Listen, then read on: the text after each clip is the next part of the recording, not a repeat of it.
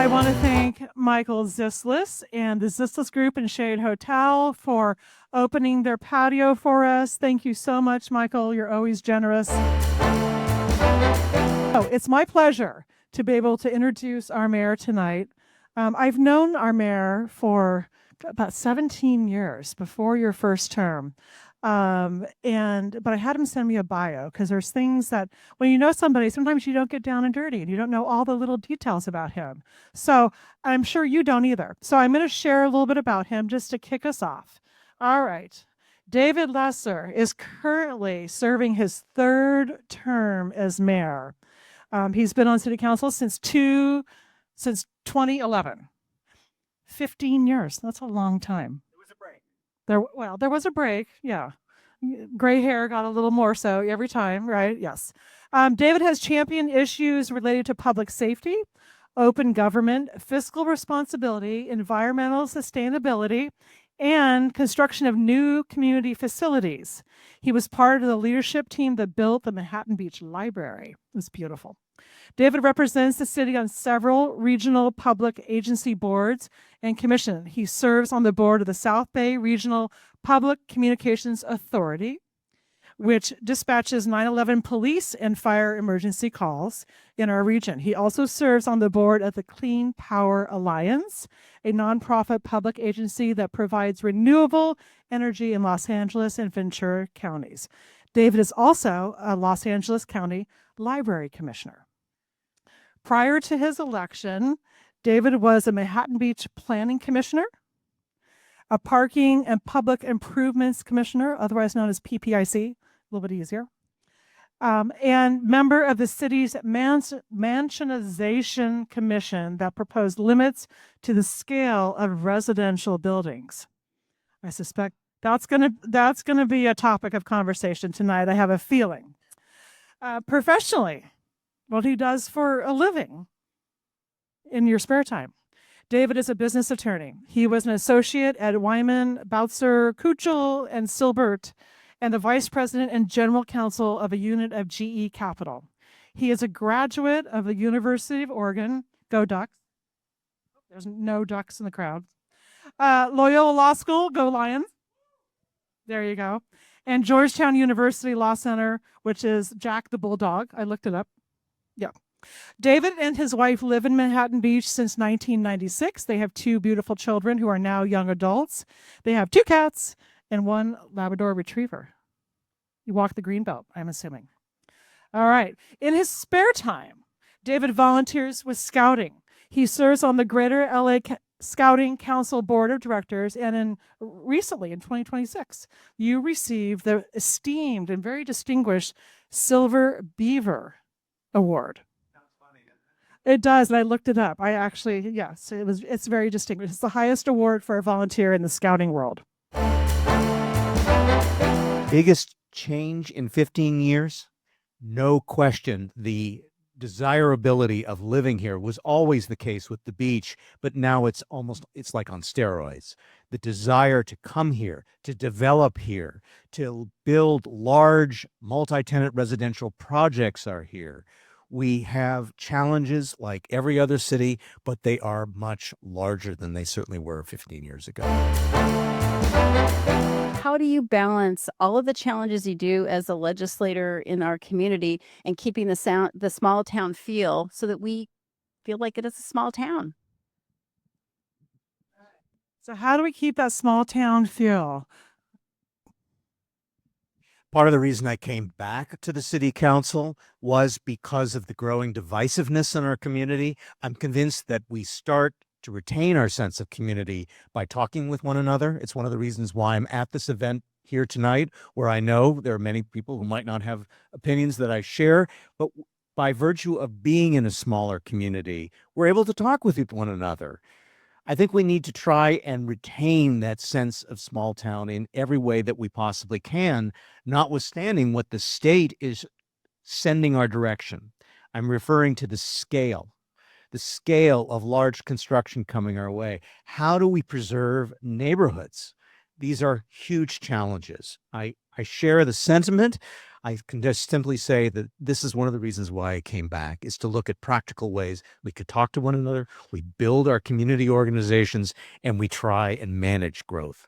I'm not sure if it's a direct answer to your question, but that's the first step. So manage growth. What's interesting is our population has virtually stayed the same in the last 15 years.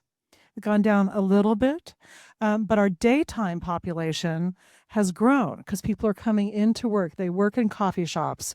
They move around, particularly downtown in Manhattan Village Mall now that it's fully redeveloped. So our daytime population has gone up, but our nighttime population has slightly decreased, you're telling me. Okay. Yeah, we gotta keep it cool. Yeah. Okay, who's next? First and foremost, thank you, Mr. Wafer, for your commentary. I've read it over the publications. I appreciate the larger issues you're raising. Look, we as a city have high expectations for services. We have our own independent fire department and police department, and our wages have to be competitive in order to lure police officers here and talent here. So we have to be realistic about the competitive market in which we live, where, for example, in Torrance, they're offering a $100,000 signing bonus to police officers there. I'm proud to have been the council member that proposed adding to the number of sworn police officers in our community, upping from 65 to 72. We have been unable to fill all those positions.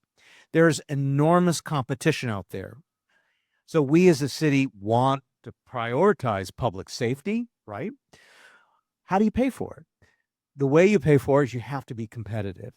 But that also means that we have to make certain sacrifices and keep our eye on the bottom line. What's happened here is our net property values have increased enormously. That's resulted in the largest revenue stream to our city, our property tax base, increasing. So the idea of coming up with a reduction, I think we should always be looking for cost efficiencies. But we also have to balance that with the services and how we sustain the services that we currently provide our residents to a level that our residents expect. Those that have an interest in our city budget, please come and participate in our upcoming budgetary process. We welcome ideas. If you wanted to keep Manhattan Beach small, how would you allocate housing throughout the city? Thank you. Excellent. Allocating housing in our city is a huge challenge. First and foremost, I do want to address the idea of a charter city. I am receptive to exploring the question as a council, but I'm highly skeptical of whether it's a solution. I wish it were the case that if we move from, does everyone understand the nature of the difference between a general law city, which we are, and the idea of a charter city, which is like the city of Redondo Beach or Torrance? And the question goes to the idea that if we were a charter city, we would have greater control over laws that we adopted and how we would have to follow state law. I wish the law were such, as has been suggested online, that just becoming a charter city would allow us to be able to avoid what are some of these requirements that are allowing these large pending multi-tenant residential projects coming our way. But the law is simply not there. It's just simply not correct as far as what I understand. In fact, there recently was a case involving the city of Huntington Beach, where they lost in the state court with regard to fulfilling their housing element. They appealed it to, they went to federal court, lost in the trial court, and the Ninth Circuit Court of Appeals and the United States Supreme Court denied cert. In dicta, that is, if in that opinion in the Ninth Circuit, it references that they were a charter city. That is not dispositive. And the standard has to do with whether an issue is of statewide concern, as I understand it. I am a lawyer, but I'm not necessarily I don't consider myself the subject matter expert, but I listen to our lawyers because we have to avoid enormous liability that we would face as a city, liability that we faced against project developers, as well as third-party housing groups that are entitled to attorney's fees that can sue our city. So that has to do with the charter city. The city of El Segundo is exploring whether or not to move forward with the charter city, and we'll put that out to the voters. I'm receptive to exploring it, but everything I've read so far raises doubt. With regard to how we allocate the low-income housing, I'd want to make sure we are in compliance with our state obligations, which have different tiers of low-income housing. I, for one, want to be able to have housing that's available for our firefighters, our police officers, our teachers. That was the goal. That's why I was one who supported this idea of the regional trust. Is everyone familiar with the regional trust? This would be a publicly supported housing venture as opposed to what's coming, which you're all reading about, are private developments. And the idea is that we might have a greater role in defining what are the different scales and different criteria there. Whereas with regard to these private developments, they're following state law and they're very strict standards. So I could go on, but I don't want to dominate the call. And Lee, I look forward to chatting with you further about this later. Housing your building. So can we explore doing that where we want our firemen, our teachers, our local shop owners and their staff to be able to live here. But if they're married and they have a kid or two, a studio is not going to cut it. Thank you. Rita, I do recall reading that some city was able to invoke some sort of pause under SB 79, but unfortunately with regard to the larger multi-tenant housing obligations that we need to comply with, they do not have those exemptions. And to the extent that we did not follow the law and move forward, we, as I mentioned earlier, would be subject to huge liability. And oh, by the way, the State Attorney General's office is looking for cities that are not complying and is suing cities. With regard to the type of housing, look, I agree with you. I think we as a city of Manhattan Beach are implementing our housing obligations. I support the idea of trying to build more housing at scale. But the way it has been determined by Sacramento, taking away our local control, dictating a certain number of units and types of units, that is not one size that fits all. I have concerns about it. One might argue that there are those that might need low-income housing that are not families, which is why a studio would make sense. But what you're getting at, and what I'm raising, is how there's this justification for this large scale of projects, 8, 10-story buildings with density like we would not allow under our city code, all if they have a small percentage of the total number of units that are qualifying as low-income housing, like the example you gave for studio apartments. That allows these large-scale projects to be developed. I have been trying to work with legislators to carry legislation to revise those terms. It's been an uphill battle. These laws are supported on a bipartisan basis by vast majorities of our state and their elected officials. It has been extremely frustrating. This is why I'm interviewing candidates, because you know our state senator and our state assembly member are termed out of office. So I'm trying to get these individuals to be on the hook, even though other stakeholders within their district, other cities, all want this sort of housing. But I'm not directly answering your question other than to say that I agree with the larger concerns that you're raising. How are we planning for our emergency services to scale up with those? When you have a taller building, you might need a larger fire truck. You might need more police. What kind of conversations are happening now that are helping us prepare for scaling up along with that with our emergency services? Excellent question, because this is one of the problems with these state housing mandates is that the cities have to pick up the extra costs to support these larger structures. But one example, which I think you may be familiar with, Kelly, and I appreciate you giving me a platform to provide it, is our fire chief noted that we needed a new fire truck. It takes 4 years now to get a fire truck. And the fire chief noted that the ladder on the truck that was on order would not be able to allow our fire department crews to reach some of these potentially large building scales. So the item came back to council and we had to approve. I say we had to because otherwise we would have to rely on mutual aid and in other words, other agencies that would have larger ladder trucks to be able to have a ladder that would be able to reach these tall stories. That's just one example. The larger issue has to do with how do we tie in these larger structures to our water, to our sewer systems, our roadways. There has been a stability in our population count. If anything, hard to believe, there's been something of a reduction in the number of cars on Sepulveda. It's hard to believe it if you drive that rush hour traffic, right? But nonetheless, the actual data suggests there's been a decline.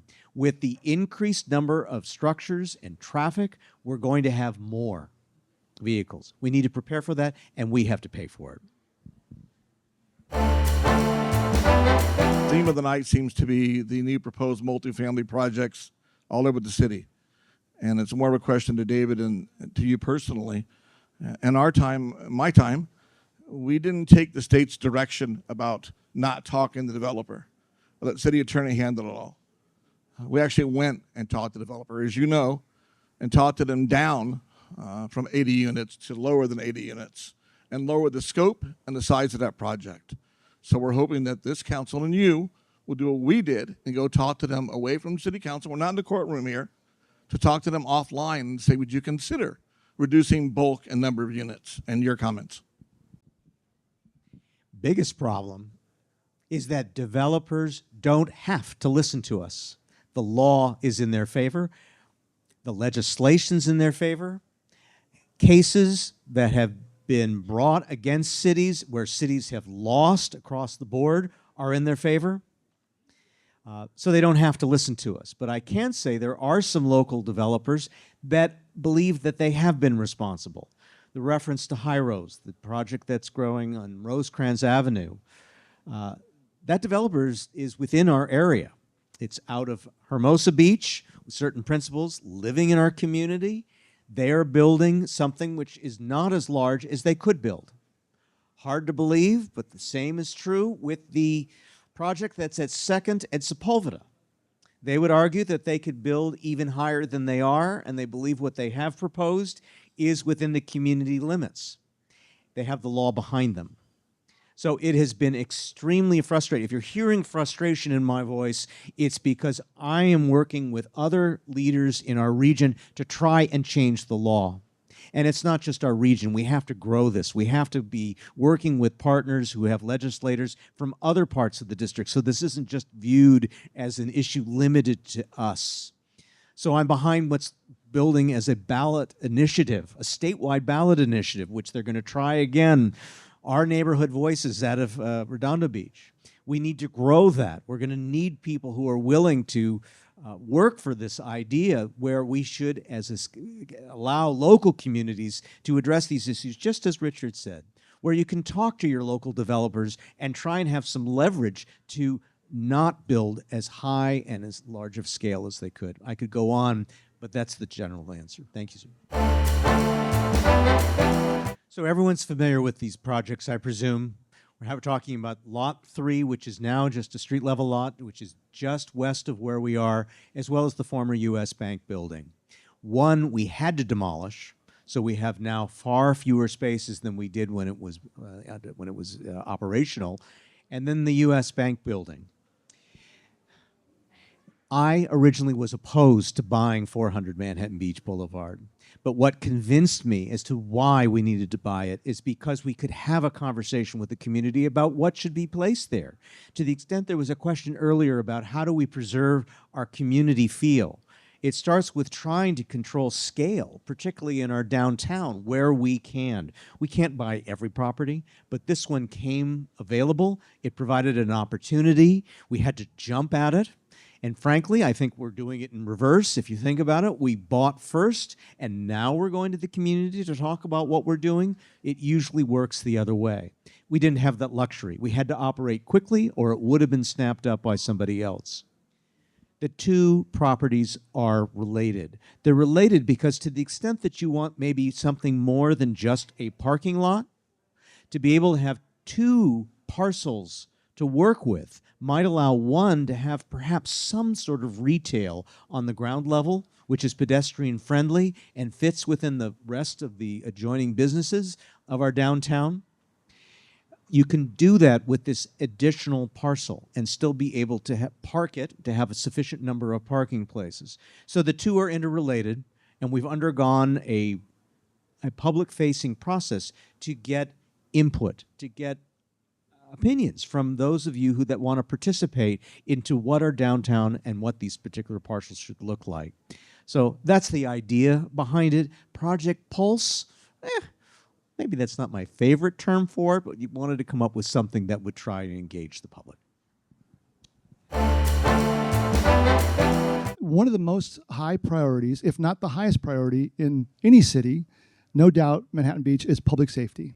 Recently, proposed deputy chief position has come to council. The fact that it made it to council, I question. But with that, to your point, you approved an additional 7 officers from 65 to 72. To get the deputy chief position is proposed to eliminate 2 of those positions. Yet we're talking public safety being number 1. The fact that residents and business owners in the downtown area, all over, but specifically in the downtown area, want to see more officers, yet now there's even a question about removing 2 that was just recently approved in 2023. I think there's alternatives. I know it's talked about what that deputy chief will do. My opinion, and this is just for a context, I was a captain for 9 years in the city. I think I have a pretty good understanding. Things change, I understand that. How things can be run. I believe internally already, there's already positions that can do what the proposed deputy chief can do, and we can keep those 2 officers. In regards to recruiting, yes, the competition is very tough. Pay can bring people here. If that's the case, why haven't we brought people here? I understand there's not as many people applying. It's very strict and very difficult to hire somebody, which I think is important to know. But we have to question, why are we not hiring people? And I say that I ask you, please reconsider the deputy chief position and do not eliminate 2 officers. Thank you. I'm not sure that was a question. That was a statement, I think. Chief, would you like to respond to this? We have Chief Rachel Johnson here. We're going to respond, and then we're going to wrap it up soon, too. But thank you so much, Kelly, for the opportunity to respond, and Mayor Lesser, I appreciate the opportunity to dive in on your Ask the Mayor event, very much so. And I appreciate Captain Hagman's perspective. And I would agree with you that public safety has been a strong priority of this council since I've been here, and also before my arrival. I will tell you this. Right now we have 66 police officers on staff at the Manhattan Beach Police Department. Our previous TO was 65, and we hadn't gotten there in a really long time, and that's no one's fault. People get injured, people retire. It's very difficult to fully staff a police department. But right now we have 66 police officers on staff, and we have 3 officers in the academy. So if you think of those 3 officers that are in the academy as underfills for police officers, which they are, because once they get out of the academy, we'll swear them in and we'll count them as police officers. We have 69 folks on staff right now, and we continue to hire. Our personnel and training sergeant has put 110 people in backgrounds in the last year. We are certainly recruiting. In the last calendar year, from February to February, we've had 1,200 people apply to be police officers in Manhattan Beach. So it's not a question as to which if our salaries are recruiting folks or if we are an attractive place to be. 1,200 people says a lot. 1,200 people applying to be Manhattan Beach police officers is important and something we should consider. But the reason why we are not fully staffed is we have very, very high standards. We hire about 1% of the people who apply to be police officers at Manhattan Beach because we have a standard. This community had a standard long before I was your chief. As your chief, I have been grateful and honored to maintain that standard, which is why we're at 66 full-time officers, 3 in the academy, so that's 69. And we continue to hire, and I continue to do chief's interviews. I just talked to a lovely young woman last week whose grandmother worked at the police department who wants to work here, and we're going to send her to the academy. All things go green with medical and things like that. So we're certainly on pace to hire 72 police officers, as was the council's direction. Whether the council decides to hire a deputy chief and convert two positions, or they decide to add a position, I leave that to the purview of the council. The suggestion I made was to convert two positions, but that doesn't mean that's what we have to do. I will submit to you that when Captain Hageman retired in 2021, the world was different. The expectations of police executives were different.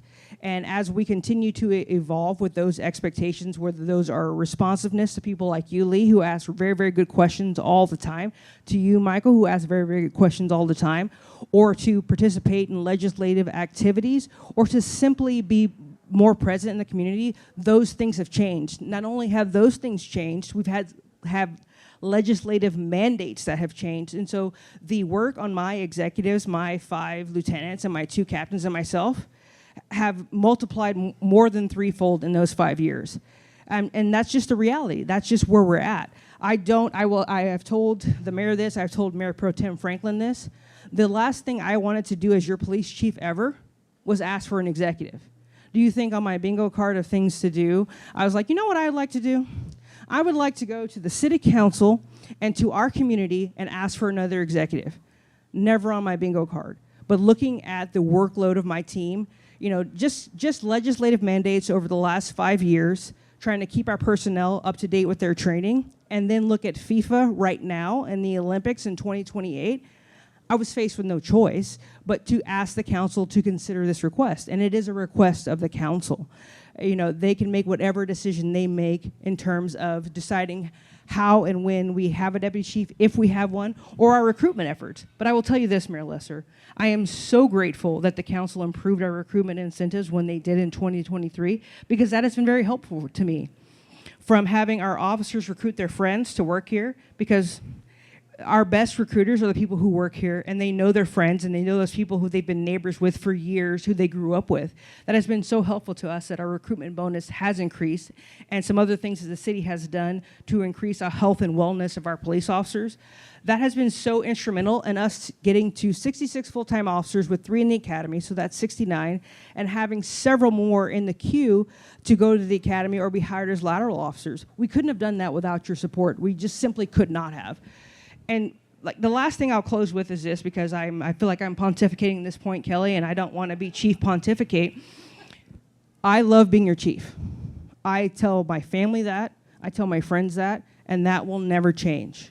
But being a chief from the outside is difficult, because you have to earn the trust of not only the police department, but also this community. And so one of my goals as your chief, I have 4 pillars: wellness, accountability, succession planning, and professionalism, was to ensure that the city manager had several candidates to consider for chief when I retire. And if you're thinking to yourself, Rachel, you look so young and you'll never retire. Yes, I have a very good moisturizing routine courtesy of Trader Joe's. I use the Trader Joe's toner and their toner and their lotion, and that's in the serum. That's what keeps me looking about a half minute younger than I am. But I will retire in the next 3 years, and my goal is to have several straight-faced candidates. By straight-faced, I mean that the city manager and the council are familiar and confident in those candidates, that the city manager can choose one of those candidates to be your next chief. Because while I have enjoyed the heck out of being your chief, and I continue to enjoy it, I think the next chief should come from within. So this is also, not only is it a workload issue, it is a succession planning issue to ensure that the next person who becomes your chief of police has been embedded in this community for a long time, who knows you well, who you don't have to take any time to get to know. I will tell you this, you've all been so welcoming to me, from Kelly to Lee to Rita and Stefan to Wayne. Everyone has been so welcoming to me, but I know that if you had a chief that you already knew for a long time, that ramp to success would be so much shorter. So I continue to be grateful for the opportunity to be your chief. I continue to be grateful for the downturns in crime that we have had since I've been your chief. In 2024, we had a 13.6% reduction in crime, and that was before Nathan Hockman was elected as your district attorney. In 2025, after Nathan Hockman was elected as your district attorney, we had another 6% decrease in crime. So it's a partnership for sure. But the men and the women in the Manhattan Beach Police Department, are directly responsible for those decreases in crime we had over those years. And it's because of the executives and managers that we have, which the deputy chief would be another one of those folks. And so while I certainly understand Captain Hageman's concerns, I certainly understand the community's concerns and the council's concerns of adding another executive position, I will submit to you that it is necessary in a modern police department to continue to function the way that we are and provide you, this community, with the services that you deserve. One quick postscript, and we're seeing that it's time. We're getting the cut of the neck. And thank you, Chief. Thank you, Chief, for adding that insight, the explanation. This decision has not been decided. What council directed staff to do and the chief to do is to come back during our budget discussions. This is another plug. Please come to council to talk about our budget and to better explain exactly what the chief just did, why, and what are the alternative ways that we might fill those responsibilities other than perhaps hiring a deputy. All right, thank you very much. We are wrapping it up.